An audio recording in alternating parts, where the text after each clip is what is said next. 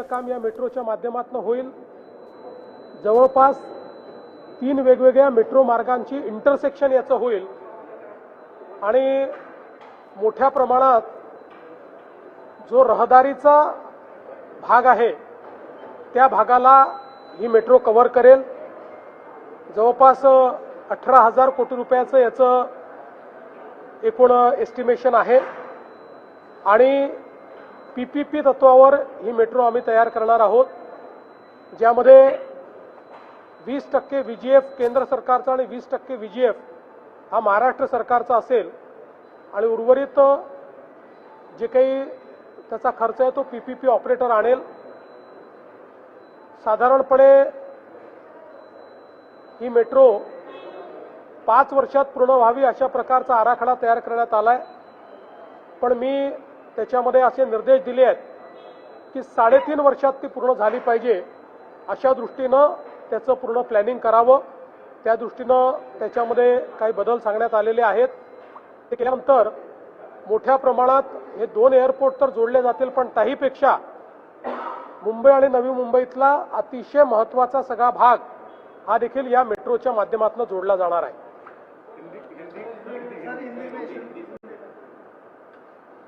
Chhatrapati Shivaji Maharaj airport Mumbai से जो नवी मुंबई में नया एयरपोर्ट तैयार हुआ है, वहां तक 35 किलोमीटर की एक मेट्रो के नेटवर्क को आज मान्यता दी गई है।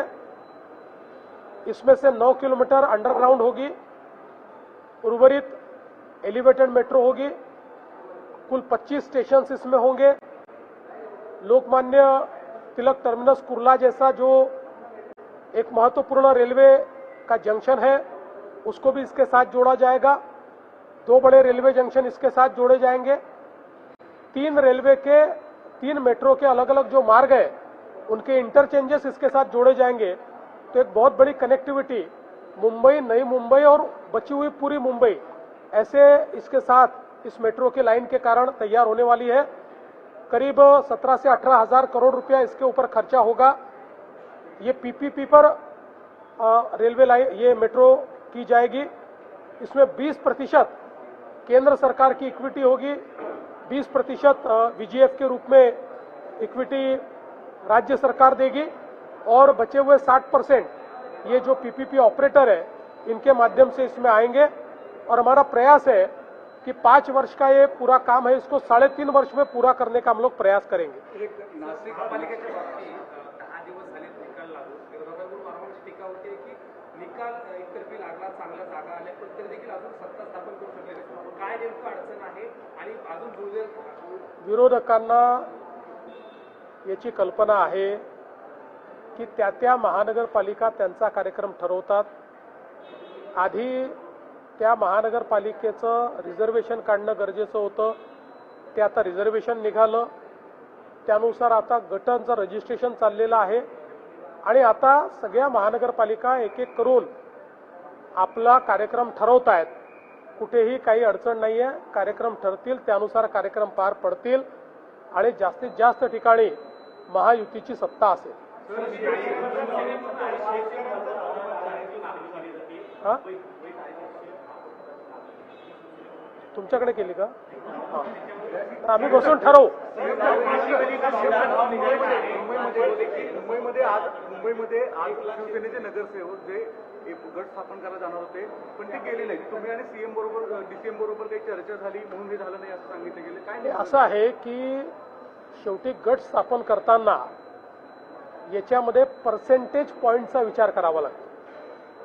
त्यामुळे कधी एकत्रित करून फायदा होतो, कधी वेगवेगळे करून रजिस्टर करून फायदा होतो, कधी एखादा गट एकासोबत जोडून फायदा होतो।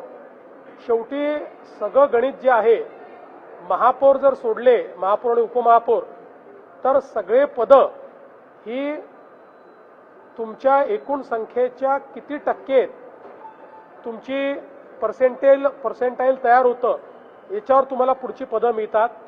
त्यानुसार त्याचा अंदाज घेणं आमचं चाललेलं आहे। त्या आधारावर आम्ही हा निर्णय करू की दोन्ही गट एकत्रित रजिस्टर करून फायदा आहे की वेगवेगळे करून फायदा आहे, किंवा एखादा छोटा गट त्यांच्यासोबत किंवा आमच्यासोबत जोडून फायदा आहे। अशा पद्धतीनं त्याचा निर्णय करूनच मग या संदर्भातलं रजिस्ट्रेशन होईल. जो लॉंग मार्च या ठिकाणी निघालेला आहे त्या संदर्भात एक मंत्र्यांची शक्ती प्रदत्त समिती तयार करण्यात आली होती. त्या कमिटीला चर्चा करून निर्णय घेण्याचे सगळे अधिकार देण्यात आले होते. त्यानुसार ती कमिटी मीटिंग घेते.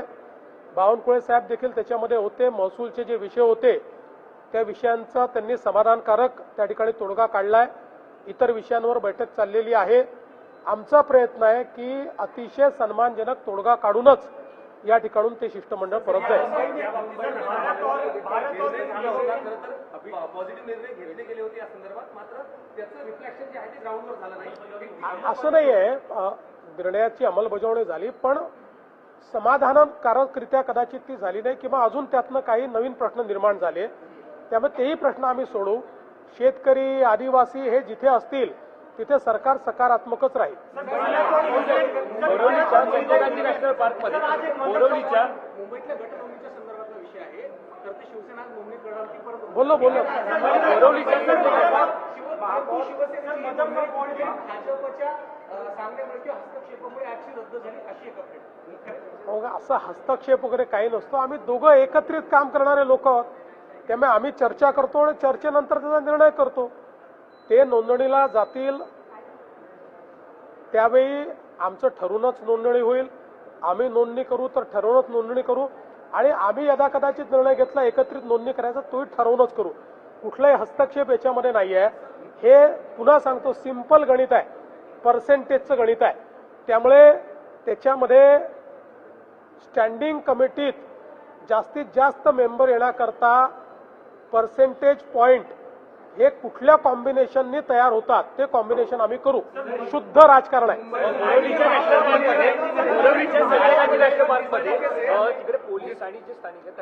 बोरीवली नॅशनल पार्क मधल्या जी काही कारवाई आहे ती माननीय उच्च न्यायालयामुळे होते, पण तिथल्या नागरिकांनाही दिलासा देणं हे गरजेचं आहे. त्यामुळे आमचा हा प्रयत्न आहे की त्या नागरिकांनाही दिलासा देऊन सामोपचाराने हा विषय कसा समाप्त करता येईल तो प्रयत्न आमचा असणार.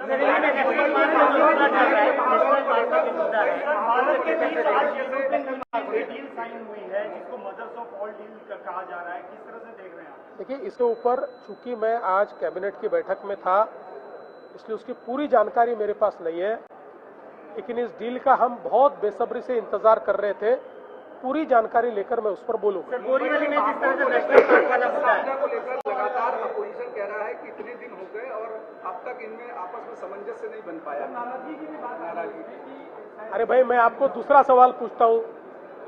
अब चंद्रपुर में, लातूर में तो अपोजिशन के पास लोग हैं ना, वहां क्यों नहीं बन पाई? वहां अभी तक क्यों मेयर नहीं बना? इसका कार्यक्रम होता है, इसमें पहले रिजर्वेशन होता है, रिजर्वेशन के बाद जो गुट है उसकी पंजीयन होता है, रजिस्ट्रेशन होता है, उसके बाद चीजें होती है. तो अपोजिशन को अभी हमारे ऊपर टीका टिप्पणी करने के सिवा कोई काम ही बचा नहीं.